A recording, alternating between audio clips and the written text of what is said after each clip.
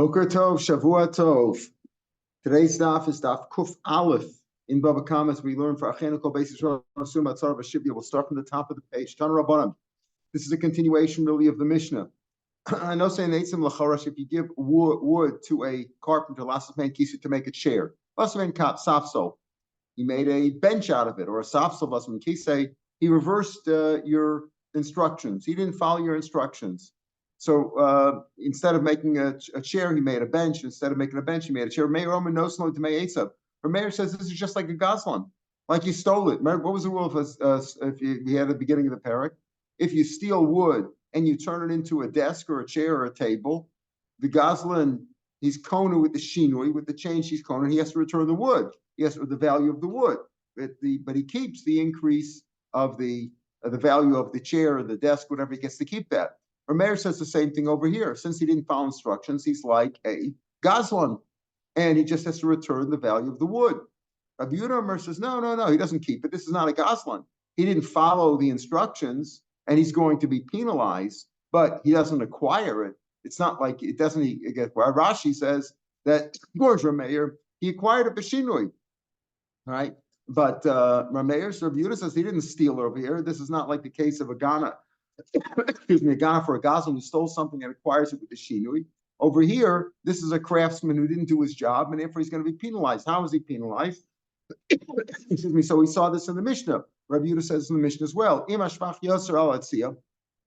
Let's assume that the wood was worth $10.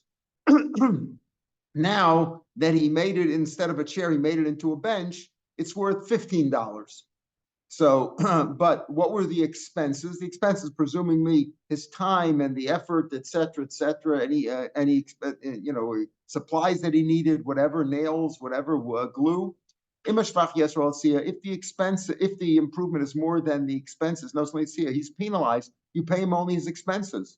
So even though the wood is worth, let's take a simple case. Let's say the wood was worth $10, and he told him, "I'll pay you $8 to do this." Okay, and he did the wrong thing. So Rabbi Yehuda says, "No, listen. The thing is worth $15. Let's say it's worth. Well, it's not a good example because why would he pay $8 to get a $15 thing? But whatever it was, let's say he said, "I'll pay you $15. Whatever it is, I'll pay you $3. Let's say to do the job." And the improvement is more than the expenses. The expenses were also, let's say, $2. No, since he just pays him the $2. You messed up. I'm not going to pay you for the improvement, and I'm not even going to pay you what I agreed to your fee. I'm going to pay you just the expense. Now, if let's say the fee was only $1, so just give him the $1 and that's it. Why should you give him even more? Why should you give him his expenses? Just give him the $1 and don't even pay the expenses. Let's say the expenses were more than the improvement. You give him the lesser. Either you give him the improvement, or you give him his expenses, or whichever is less. Or if his fee was less, just give him that.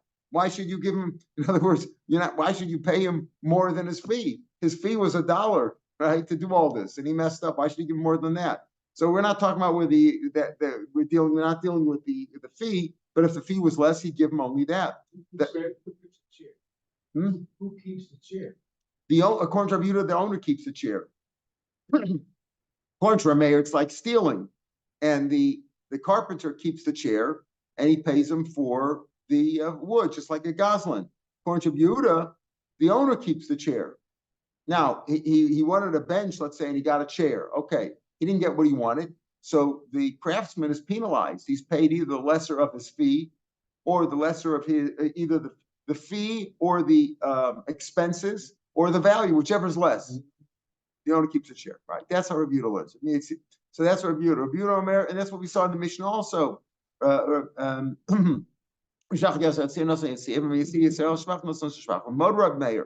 Even Rav Meir, who says that the craftsman is like a gazlan, he gets to keep it. In Nasan Eitzim L'Choresh Lasas Man Kisei No. Let's say he didn't really change the item. He didn't say it wasn't like he stole wood and he turned it into a chair, or he told him to make a chair and he made it into a bench, or vice versa. Let's say he gave the carpenter wood to make a nice chair. Vasman Kisei Kor, he made an ugly chair. He just did a bad job. He didn't change the instruction, just did a bad job. Or Safsel, no, he gave him a job to make a nice bench. Vasman made a Safsel Kor, a bad one.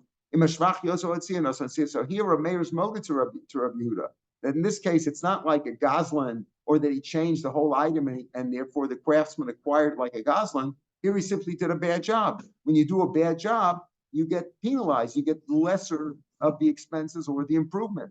Here, even Rav Meir's motive that the owner keeps the chair or the bench, whatever it was. But he says, if the improvement is more than the expenses, give him the lesser of the expenses, give him the expenses. If his expenses were more than the improvement, because the guy did such a bad job that he paid, the craftsman spent more money than the improvement in the wood. No, so you give him the shvach, you give him whichever one is less, or as unfortunately you give him lesser if his fee. Why should he get more than his fee? He contracted to do the job for $1, and the improvement was $2, and his expenses were $3. Why should he get $2 or $3? Just give him his fee. It's bad enough what he did. All right, so that's really an extension of the Mishnah. That's really like what we saw in the Mishnah, and we talked about the Mishnah said that if the dyer had burnt the whole thing, then he has to pay for it, assuming that it all happened at one time. He burnt it and he colored it at the same time. We talked about if the coloring was there first, then we had an issue. Did he make an improvement, etc.? And maybe the dyer would keep that improvement. So he said, if he made it like if he did an ugly job, again, that's what we saw in the Mishnah. Like Rabbi Yehuda said in the Gemara that you give him the lesser of the. He doesn't get the benefit by it. If he contracted to give him to do it red and he made it black or black and red, there Rav Meir says that he gets to keep it. That's like a shinui. It's what we saw that's now in the Gemara. The Bryce explains Rav Meir the same way, that according to Rav Meir, he's like a ganaf. He's like a ganaf or a goslin, and he was konut with the shinui. But if the owner chooses, he could just say, fine, I'm not going to, I don't want you to keep. That's like the owner's prerogative.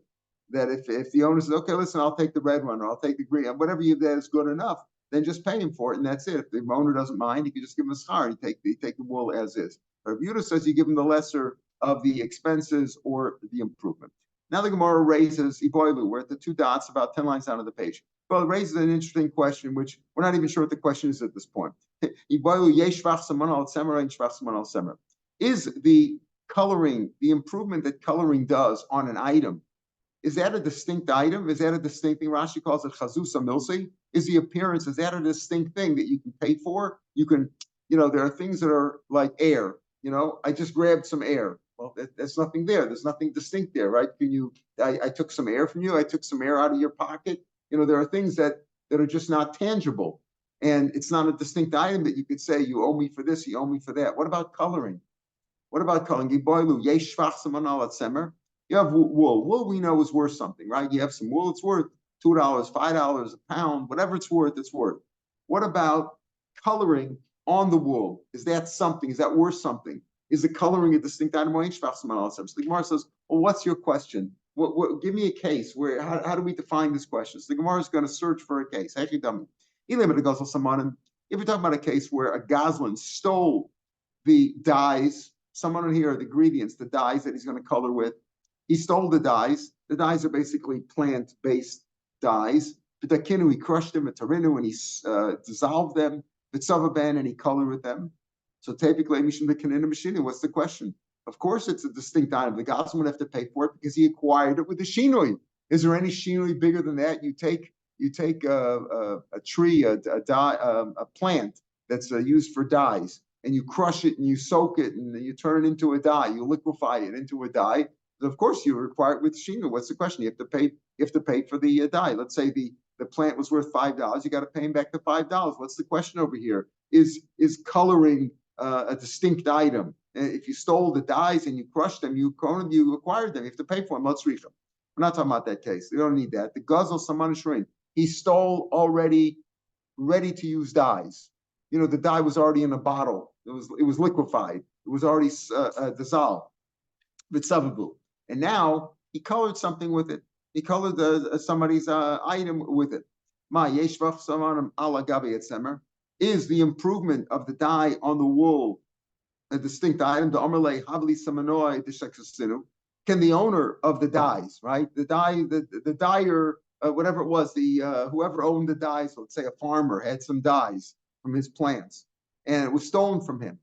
And the guy who stole it colors somebody's wool with it. Now, what is it a distinct item so that the owner of the dye could say, give me back my dyes? There's nothing here right now. There's nothing here right now. Let's say Rashi says, B'tzaben tzemer shalo miboile. Rashi says that,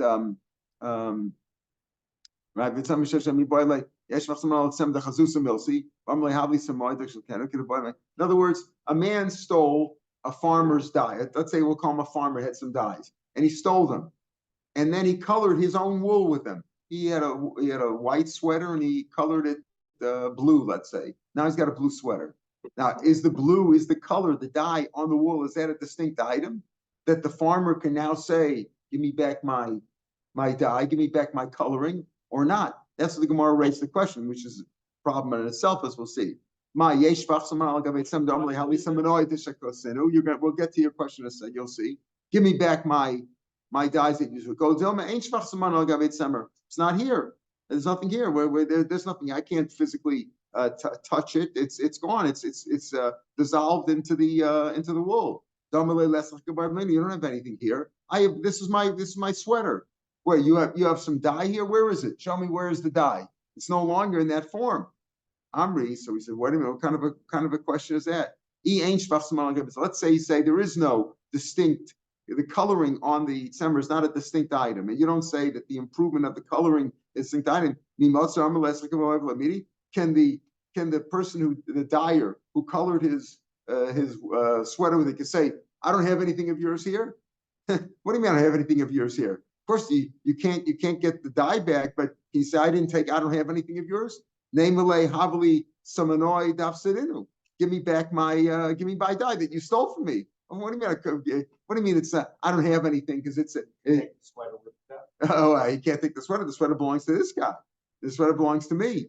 So what are you saying? Is it a distinct item that he can say, give me back my dye? Or is it not a distinct item? You can't say anything. What do you mean you can't say anything? He stole the dye. It's like I stole your sandwich. Where's the sandwich? I ate it. Go into my stomach and take it. What kind of a thing is that? I stole the sandwich. Just because I can't give it physically back to you doesn't mean that I didn't steal it from you. I have to give it back to you. Okay, that's the question. That's the question. Is that something or not? Or it's not even the question of the difference of the dye. The dye was worth $10, right? And he put it on his sweater. No, so, okay, maybe yes, maybe not. Right, you're right. In a case like that, maybe you should give him that but maybe it's worth less now. Maybe the colored sweaters are worth less. So the guy said, listen, I could have sold the dye for $10 at the market in the bottle. What your sweater was worth $10 before, now it's worth $12. Big deal. I don't want $2. I want $10. We'll see that. The Gemara is going to say that. So me Masim, can you tell him? I don't have anything else. Someone say, give me back my dye. What do you mean? I can't take it from you. It's on the sweater. Give me back my dye.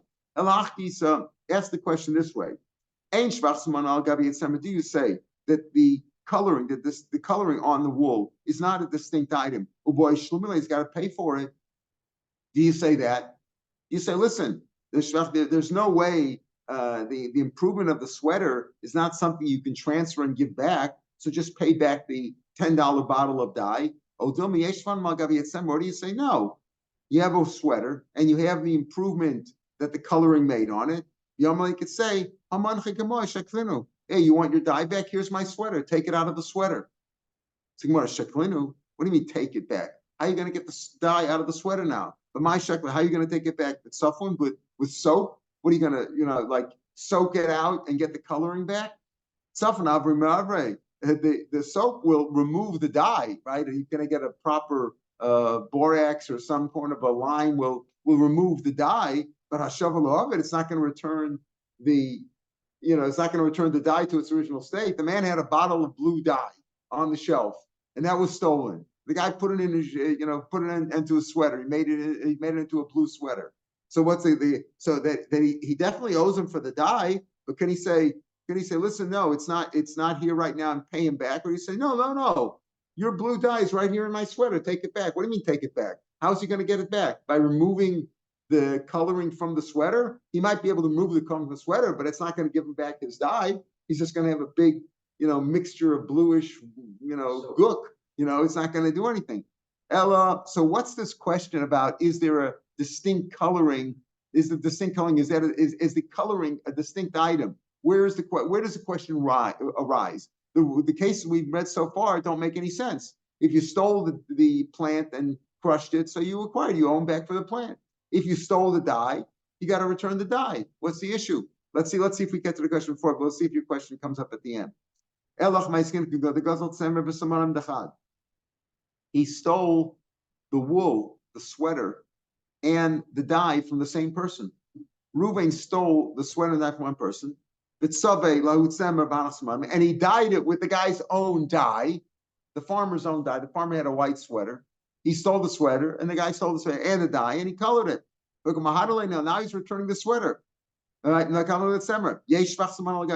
you say, well, the dye is in the sweater now? That improvement, that coloring is together with the sweater. I'm returning both the wool and I'm returning you the dye and the sweater. I admit, they caught me. I stole the wool and the dye, but I put the dye into the wool. Okay, I'm returning now both. Here's the wool, here's the dye. Dye's in the wool. Or you could say, listen, no, the coloring is not a distinct. The fact that it's colored, what is it? What do I have here? You have a woolen sweater that weighs no more, no less than it weighed before.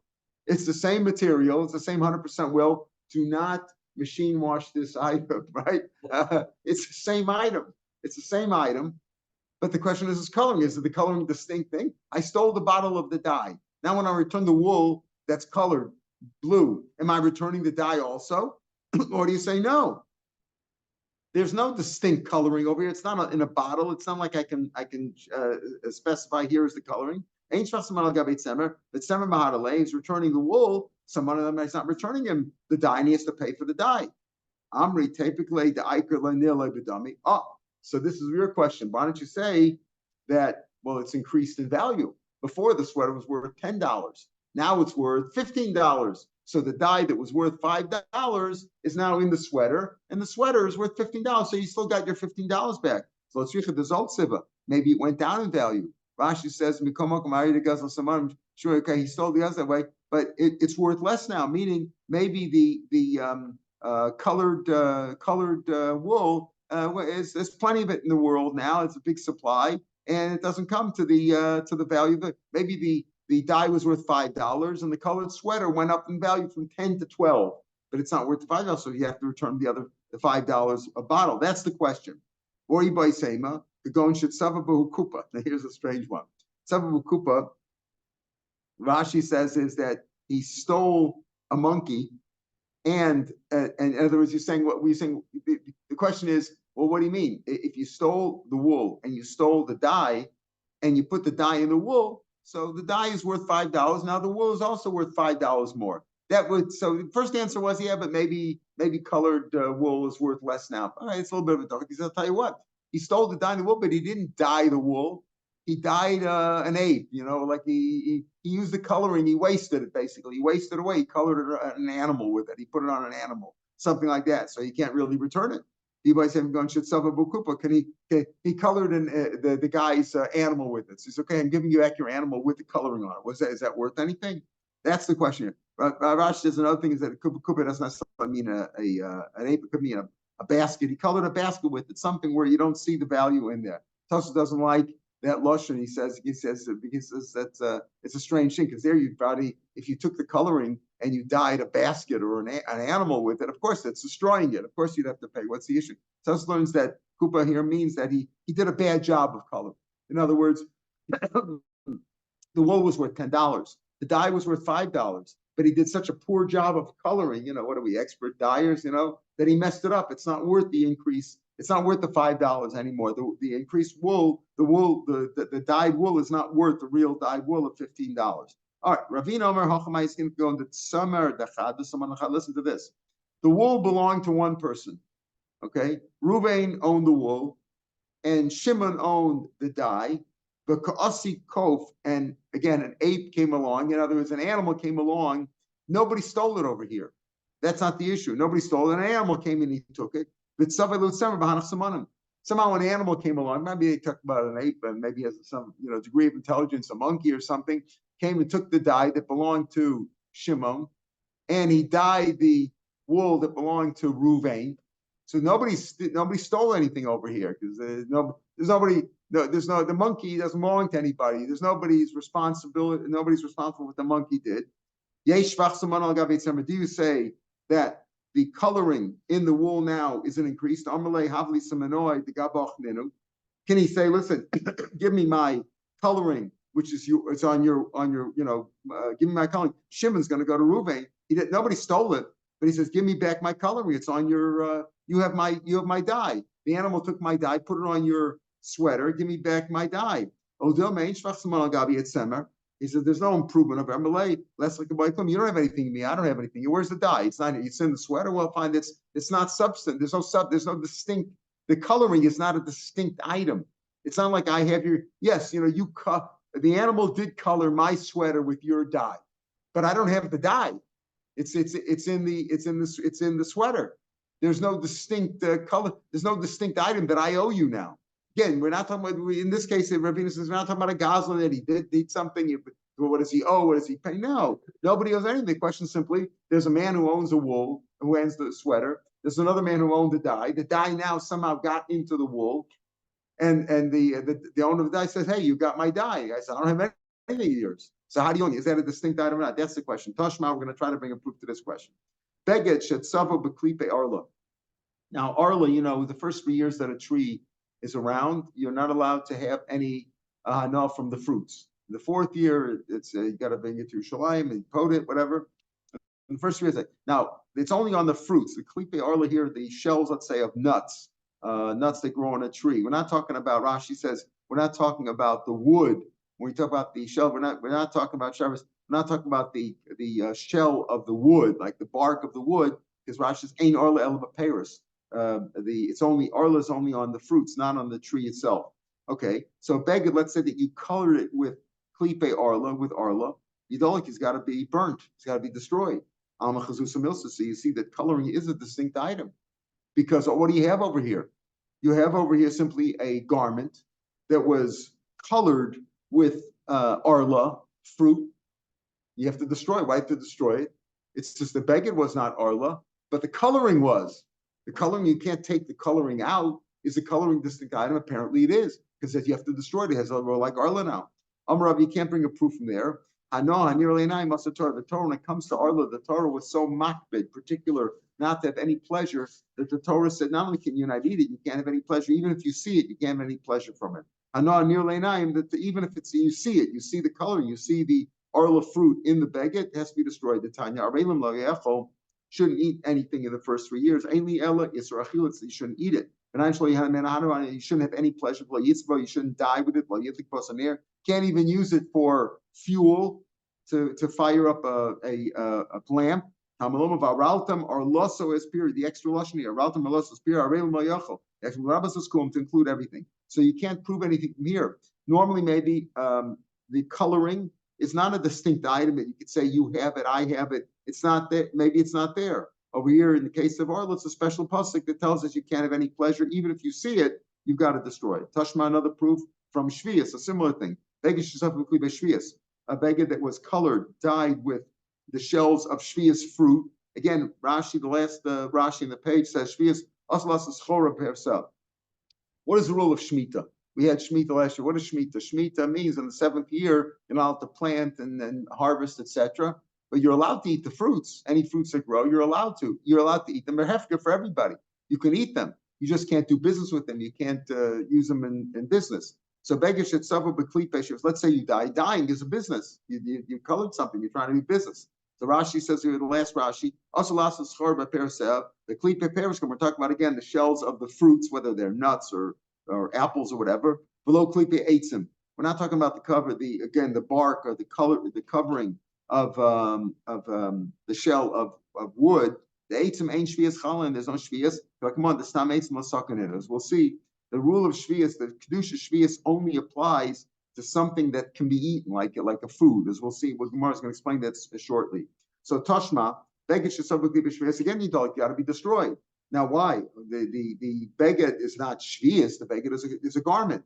So what? Oh, but you colored it with the shvius fruits. So you got to destroy it. Doesn't that show also that chazusa, that just the coloring, the appearance is a distinct item? So shiny awesome is different than the pasuk says tia babelsa tia. Because it's going to be no matter what. In other words, it's always shvius no matter what. It stays shvius even if it's only a coloring. So this question of arla or shvius, those are special halachas, and you can't prove from there the general question of masao matan, of damages, of torts, whether coloring is a distinct item, like the last question that Ravina said. If Shimon's dye colored Reuven's wool, can Shimon go to Reuven and say, "Give me back my dye"? Or he can say, "I don't have any dye. It's in there. I can't do anything about it." Rami Tanani asked this question. We're bringing up this business about arla and coloring. Listen to this question. Beged shesov b'klipi arla. Let's say a beged that was colored with the shells of arla fruits, which we just said has to be destroyed. Yidalik has to be destroyed. Alma chazusa milsi. So he said he didn't learn that as saying, well, that's a special case, right? The Gemara's answer here is you can't prove it. Maybe it's different. In other words, we're trying to prove chazusa milsa. The bar from Rava said maybe arla is different, but Rava didn't say that. Rava just said, right?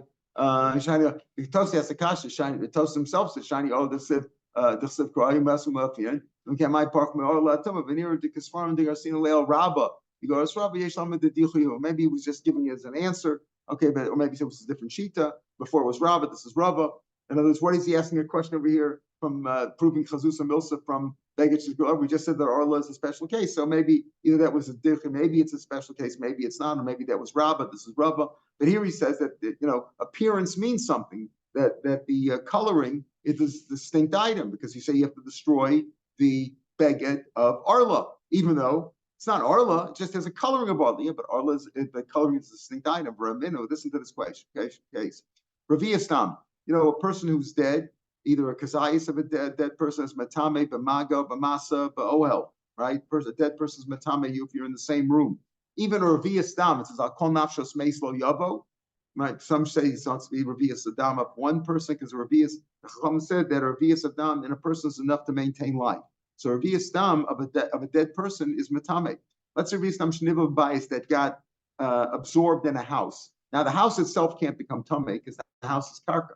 It's attached to the ground, can't become Tame. Right? A house can become Tame, it can have Saras, but not Tame Mace. Right? The house itself is not Tame, but anything in the house would become Tame. So let's review some sort of bias.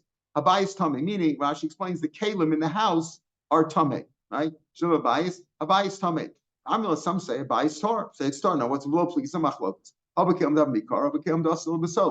If there were kalim in the house, let's say vessels, whether they're whatever vessels, let's say earthenware vessels or metal vessels, if they were in the house when the blood, the Ravias Dam came into the house and got absorbed, so they were exposed to the whole Ravias Dam, then they're all Tameh.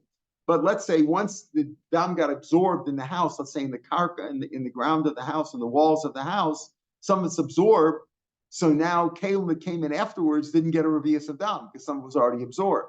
So he says, the kalim there before they were exposed to the whole Ravias. Kalim that came in after was absorbed already, they would not be Tameh. Let's say Nivla Biksus. Let's say the Ravias of Dam got absorbed in a garment and the garment came into the house. Rowan. So we say, well, wait a minute. Is there a Ravias of Dam here or not? Let's say a Ravias of Dam, a man was dying and he died and there was a Ravias of Dam and they some cloth, some shmata, smartut, whatever, a shirt, had apparently like Ravias of Dam. Now, and that shirt came into the house, that would be mitame everything there because the Ravias Adam came in. But we're not sure now, is there a Ravias or not? How do you determine if there's Ravias Adam in the shirt? So the way you do it is by putting it in water. You put it, soak it in water, and you see, let's say if there was one Ravias Adam, one Ravias of water, you put the shirt in a Ravias of water, and if two Ravias come out because the liquid, the dam in the shirt, now is extracted from the shirt, then there's a Ravias of Dam in there because you started with a Ravias of water, now you have two Raviases. So now Nivlik Rowan Imiskabes is like when you wash the ksus and as you put it in water, the Osman Ravias Dam and a whole Ravias Dam comes out because now you've increased the water by a whole Ravias, then Tame. Imlav Torah, if not, that means that some of the some of the dam in the shirt did not have a full revius because it didn't come out. In other words, if you had a revius of dam, you started with a revius of dam, and you think there's a revius of dam in the shirt, and the shirt went into the house, but there's not a full revius. So if there's not a full revius when you extract the dam from the shirt, then it's tar. But what do you see over here? You see over here, it's tar. What do you mean? But you still have, the shirt looks like dam. The shirt's red. It's blood. You can't get blood out of there, right? How are you gonna get you ever get blood out of a shirt? God forbid, if you have somebody got blood on a shirt, you can't get it out. Even Tide won't get it out. He won't get it out. You need extra strength Tide. What did Jerry say? That he says, he says, show him you got blood on the shirt. Even Tide can get this out. He says, look, lady, if you've got blood on your shirt, you got worse problems than washing. Washing is not detergent is not your main issue. You want to see what's going on over here. But the point is that in Lav Torah, it's what do you see? It's tar, even though it looks like the shirt's red. So again, is chazusa milse? On the one hand, we said, oh, wait a minute. If you've got arla fruits on your that colored your shirt, you got to destroy that. The coloring alone shows that that's something, right? It's like arla. The other hand, if you've got blood on the shirt, even though there's no revius, we said if there's a revius of dam in the shirt, fine. So there's a revius of dam, there was matame. But if it's just the coloring, it's not matame. Why not? So here you see apparently that chazuz is not a milsa, is not a distinct item. Says Gemara, no. Amar of Tana, Mikula revius shanakan. This is a special case over here. This is one of the coolest. Bedam tvusa drabanan. We're speaking about when is a revius of dam matame if it came out of a person who died already. If a revius of dam came out, if you went and gave blood, you donated blood to Magen David Adom, you took out a revius of dam, that's not tamei, that's from a chai. Here we're talking about a person who was dying. He was in the throes of death, and we're not sure, is the dam tamei, or did it come out when he was alive or when he died? Or is there a mixture? And that's only tamei drabanan, and that's where they're makel over here. So again, we could say the proofs that we tried to bring is that chazusa is a milsa, both from Arla, from Shvius. Apparently it's like, you could say it's a special case, but we want to say it is l'chora it looks like just the appearance of dam or the appearance of any color is something. And again, to relate it to the Ravina's question, if Shimon's dye fell into Reuven's wool, can Reuven say, "Listen, I don't have anything of yours. It's blue now, but I don't have any of your dye"? Or can he say, "No, my dye is in your item. You owe me for the dye"? Rabba Rami, we're at the 2 dots on the middle of the page. Rabba Rami Tani asks a fun question. Let's say a species of dyes, plants.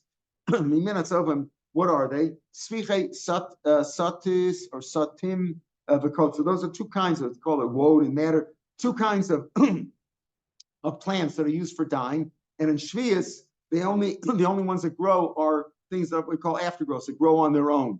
Svichim are one of the more chumradic things in Shemitah today, because the rabbi said that even things that grow by their own, we're afraid that people will cheat and say it grew on its own. I didn't plant it, and therefore there were more machra and svichim, which is an Isra Rabbanan more than anything else. But in any case, we're talking about things that grew in Shemitah. There were dyes. Yeshlan shvius of main shvius. They have a lach of shvius, meaning they're like fruits. Again, what do we say? Fruits of shvius you're allowed to eat. You just can't do business with them. Okay. So on the one hand, we say that they have a rule of shvius, and anything they were exchanged for also is a rule of shvius. Yeshlan beer, they have to be destroyed once they're not out in the field anymore for the animals. With the man beer, their value, if it was exchanged for something else, has to be destroyed. Alma eitzim yesh mem mishum kedusha shvius. These are like wood; they're plants, and apparently you say that wood has a rule of shvius, and this kedusha shvius, meaning you can't use it for dyeing. Take a look at Rashi in the first of the wide lines over here. Rashi says, the Torah said in by Shvius in Perek of Chafei Pasuk in Vayikra, V'hoisa Shabbos Haaretz Lachem La'achla L'chol Avtam B'Sachel B'Schem, and it says and where's it? Perek Chafei Pasuk. I'm the wrong Pasuk here. It was in Pasuk 12. It was V'hoisa Shabbos Lachem Lachem. It'll be for you La'achla to eat. For eating, you're allowed to. You're allowed to eat shvius. You just can't do business with it. You can't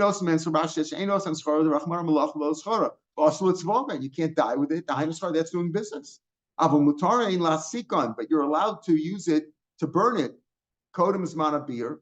But you're allowed to burn it, meaning you're allowed to use it for let's say firewood. Okay, you can't do business with it, but you're allowed to burn it. Okay, you're allowed to burn it. So he says over here,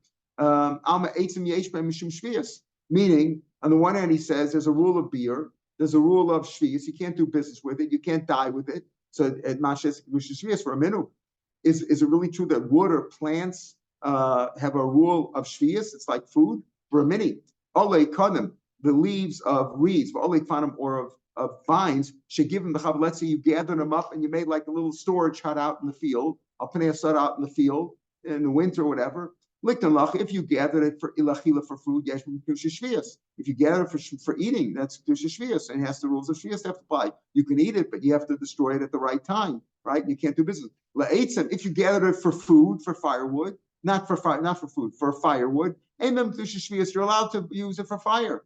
So what do you see over here? You see over here that wood doesn't have kedusha shvius. On the one hand, you say that these dyes, there's kedusha shvius. On the other hand, that wood has a rule of kedusha shvius. Now then we see over here that if you gathered it up for firewood, it doesn't have kedusha shvius. Mashani, he answered, as Rava asked this question, and he himself answered, Amar, Pasuk says la'achla. Pasuk I just quoted says la'achla. The misha naso bio shavin. What does it mean? When you get the pleasure and the consumption is the destruction of the item, and the pleasure is at the same time. That's like food.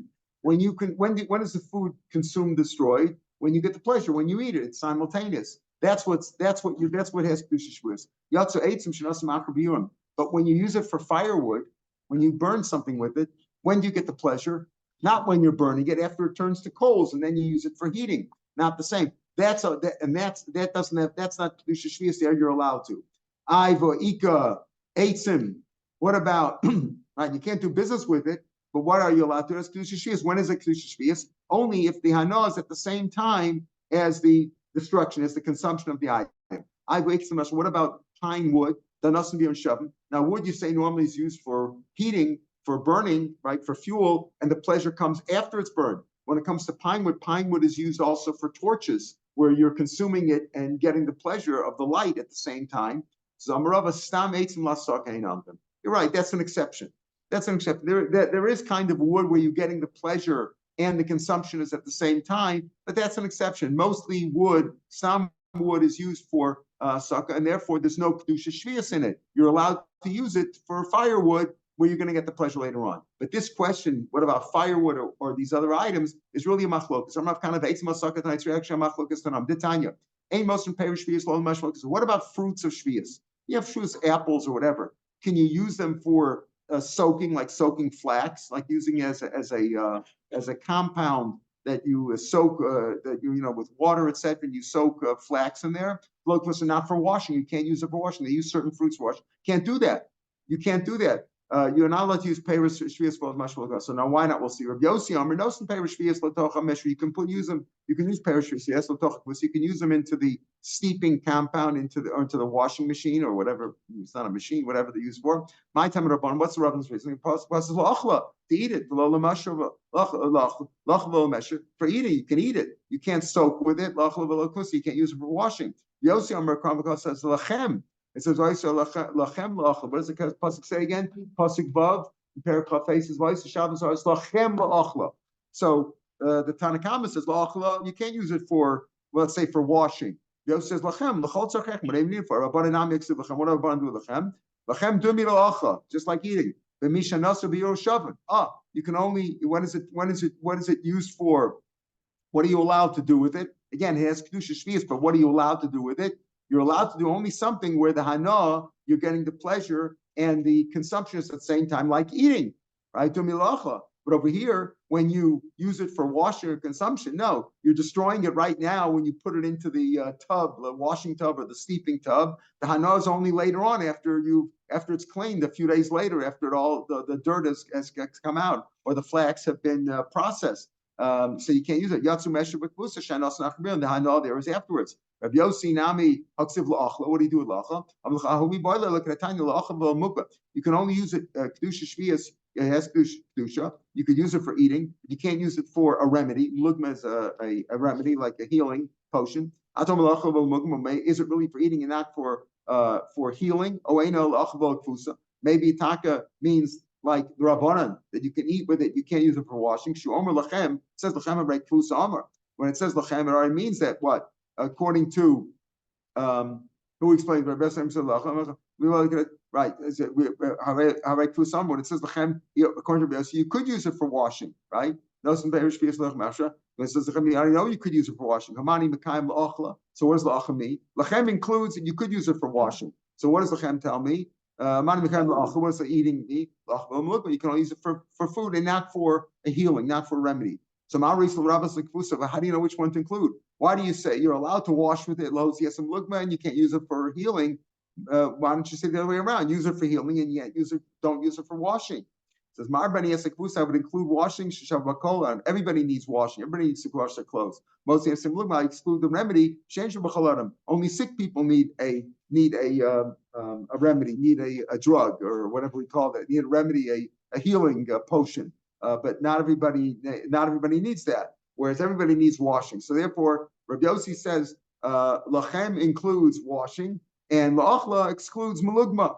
Manos lahadatani, who does the following go like la'achla v'lo malugma, that you're not allowed to eat. You eat with it. You can't use it for a healing potion. La'achla l'ziyut, you can't use it for spraying, like let's say fruits or shvius, whatever. Use it as a spray, as a perfume. To eat it, you can't use it as an emetic, as something that causes you to regurgitate. Come on, Rabbi Yossi. According to Rabbanan, it also excludes washing, steeping, soaking, and washing. So this price that it says you can only use it for food and not for healing and not for perfume and not for a regurgitation potion. That goes like Rabbi Yossi. Fine. But what's the machlokus over here between Rabban and Rabbi Yossi? So here Rashi tells us, take a look in this long, narrow Rashi, about almost halfway down the page. Hainu Tanoi, Rashi says, the Rabban and Sabri, stam peris lachila. Stam peris are made for eating. Anything where the consumption and the consumption of the item, the destruction of the item, and the pleasure come at the same time.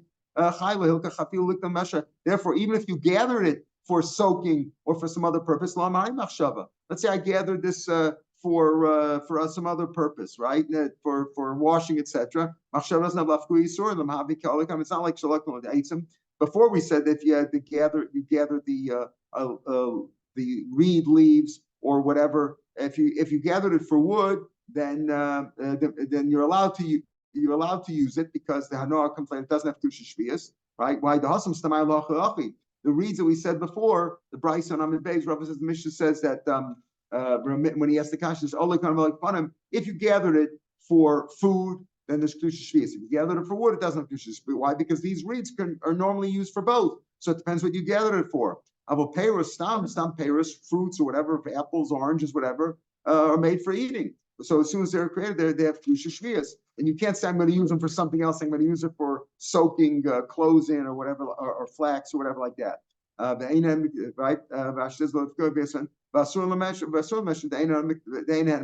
can't have enough from Kedusha Shvias, something like that. So as it has Kedusha Shvias, and you can't use it for anything other than that, I think it is considered like business. Like I've ate some nami. And the same thing with the Rabbanan. As the Rabbanan say that stam fruits are for eating, and therefore they have Kedusha Shvias. Even if you're planning on using for something else, you can't do that. That's the Rabbanan sheet who says you can't use fruits for meshvah kfusa because they have Kedusha Shvias. And Kedusha Shvias means you have enough from it as fruits, you can eat them, but you can't use it for business. And the same thing, stam eitzim. Stam wood is for firewood. And therefore, there's no Kedusha Shvias, even on pine wood, which is used for torches, where you are getting the pleasure at the same time. But stam wood is for asaka, is for burning, where the pleasure does not come at the same time, and therefore it doesn't have Kedusha Shvias, and you could use it. You can use it for heating. Rabbi Yossi holds no. Larmin and stam peres lachila, and it knew. And machshava does help. Like a comment, it depends on your machshava. And therefore you're allowed to. That's why Rabbi Yossi says you can use perish shvius l'tocha meshra. Why? Because that was your intention, and therefore it doesn't have to do shvius, and therefore you're allowed to do that with it on shmita. All right, we'll pick it up from here tomorrow from the two dots, about halfway down the page of Yehuda. Back to our issue of when you misappropriate and misuse the item that you've given to repair. Have a good day. Shavua tov l'kulam.